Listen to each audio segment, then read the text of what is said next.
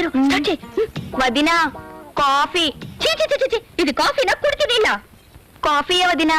పైగా మా రాజన్నయ్య కలిపినట్టే స్పెషల్ గా చిక్కటి పాలతో మరీ కలిపాను.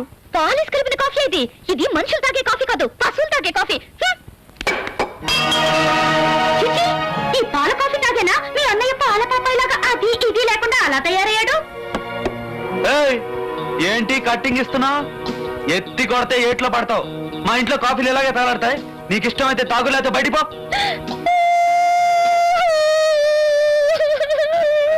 అమ్మాయి గారు ఏమైందండి? అమ్మాయి గారు అమ్మాయి గారు కాదండి బాబు గారు, మరేదలా అని పిలవండి.